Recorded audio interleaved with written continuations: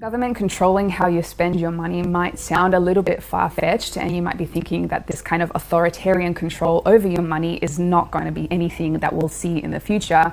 Unfortunately, this is already implemented in the world. In China, the government is already able to program what its citizens can and cannot spend their money on. Over the last few years, they've limited millions of people's ability to buy things like train tickets, passports, and luxury goods. They're able to do this because of China's intense social credit system that links each person's identity and actions to their bank account, allowing the government to see and to control everything a citizen does with their money. And it seems like the West is paying attention. In nations like Sweden, South Africa, and Canada, trials of programmable central bank currencies are already underway. In fact, almost half of the world's nations are at some stage of implementing this kind of programmable money, meaning no matter where in the world you live, this technology is likely only a few years away. Okay, so how does programmable money tie in with the personal carbon limit? Well, it all comes down to whether or not you've gone over your monthly usage. And if you have, there are two possible case scenarios for that. The most openly talked about penalty for a person going over their individual carbon limit is that they'd simply get charged for doing so, just the same as what happens to large companies today. Taken too many car trips this month, or bought a little bit too much meat. In that case, you'd simply get a bill at the end of each month from your government, so you can pay the price of being a naughty citizen. As your entire carbon usage would be tracked by a government CBDC, there would be no way to hide how much carbon you've used. And since they now also hold the keys to your money, they won't even need to send you a bill for your excess usage. Potentially, they'll just automatically pull your fine from your bank account. But there is a second, and in my opinion, a scary thing that could happen if you do go over your monthly limit. And ultimately, this could give your government more ways of controlling your life. And in order to do so, we just have to look at what's happening in China. As we already know, the Chinese government can already take away people's ability to buy certain items through a social credit system linked to their bank account, which is exactly what your government could do as well when a programmable CBDC inevitably comes into play in the West. And it's very possible they could use a CBDC to program your spending if you step outside the limits of your monthly carbon allowance. For example, have you refilled your card too many times already this month? You could find that next time your card simply doesn't work at the pump. Or did you recently fly to the other side of the world to visit your family? Well, until your monthly limit resets, it's possible that you may not be able to buy so-called high carbon food items like coffee, meat, chocolate, or potatoes. Again, this scenario is just theoretical at this point. However, with the power of CBDCs,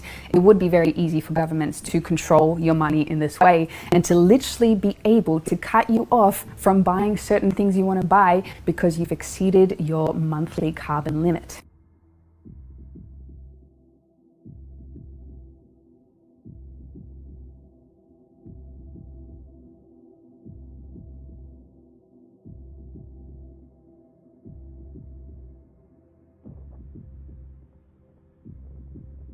While the mainstream media may be portraying the Dutch farmer protests as an anti-environmentalist movement peopled by selfish farmers, Vandana Shiva, with her experience in how corrupt, centralised agricultural, monocultural giants are oppressing independent farmers all over the world. This is connected to the land grab of Bill Gates. This is connected to corruption of companies like Monsanto. This whole fertiliser situation is a scam. They present it as a green ideology. Oh, we can't keep using these fertilizers, and anyone who lives in the rural area will know that when those fertilizers get used, you think, oh God, is this a bit dodgy? But the reason that farmers are using those fertilizers is because it's necessary economically, because of the pressure they are under financially, often because of government enforced imperatives.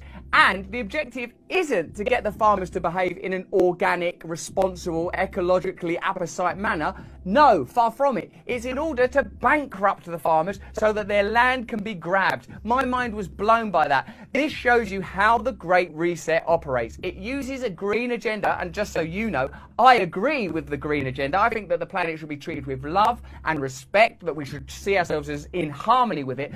But when regulations are passed down from a globalist level and it affects the lives of ordinary farmers, it's the duty of all of us to support them, to stand in solidarity, to give them time to make those transitions, to say to the farming and agricultural community, we'll support you by buying your products if you make these concessions and changes, which we'll agree between us. It doesn't need to be mediated by technocratic globalist bodies. We, the people, can make these decisions together.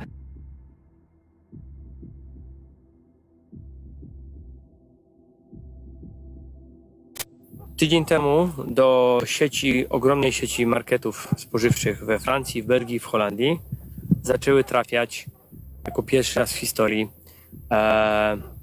produkty mrożone, przetworzone, robione z robactwa. Tak, a więc kotlety z robaków. Ja mówię robaków, bo mam na myśli wszystkie te owady i cała ta reszta, która ma być taka pseudozdrowa i w ogóle. Kochani, to co teraz się dzieje, to jest te wdrażanie tego procesu, który ma wyeliminować mięso naturalnego pochodzenia, czyli pochodzenia rolniczego. I popatrzcie, poczytajcie. To nie jest ściema, to się po prostu dzieje.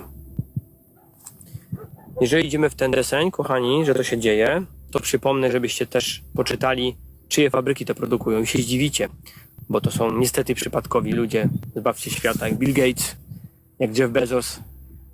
To się po prostu dzieje. Tego nie robią lokalni przedsiębiorcy, bo to jeszcze byłoby pół biedy, bo chociaż oni by rozwijali swoje biznesy. Nie, to robią znowu globaliści. Pytacie, po co to mówię?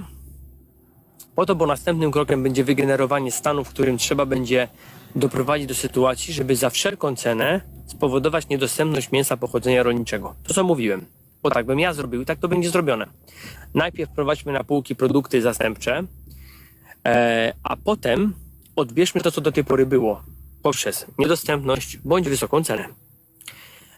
Jedno i drugie będzie generowane różnymi sposobami. Ociepleniem klimatu, straszeniem chorobami takimi jak ASF, mówieniem bajek o metanie od krów i tak dalej. To wszystko spowoduje, że konsumenci będą wkręcani w taką ściemę jak u nas w Polsce z cukrem, gdzie przypomnę cukier polski przyjeżdża do Polski z zagranicy po 4 zł obecnie, wysyłacie mi zdjęcia z cenami na półkach, a więc ja wam wierzę, bo po co macie kłamać. To się dzieje, to się po prostu dzieje. Po cichutku, za naszymi plecami. Ktoś powie, po co ja to ciągle gadam? Po to, żeby nasze dzieci nie powiedziały nam, co żeście zrobili. Gdzie wy byliście, kiedy zmieniano to wszystko, te wieloletnie rzeczy, te nasze tradycje, przyzwyczajenia? Ktoś powie, że wieprzowina jest niezdrowa, że wołowina jest niezdrowa. Moi drodzy, ja jestem chemikiem z wykształcenia, jak wiecie, i na temat zdrowotności mięsa to mogę robić duże wykłady, ale nie chcę tutaj stać się fachowcem od odżywiania.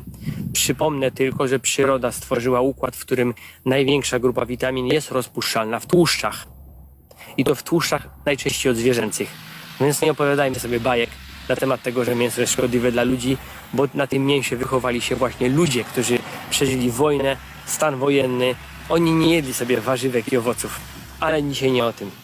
Chcę powiedzieć, że to, co się teraz dzieje, będzie miało przełożenie na to, że prowadzimy gospodarstwo w taki albo inny sposób. Nasza rola zostanie podważona, jeżeli chodzi nasza jako rolnictwa, podważona w aspekcie producenta żywności.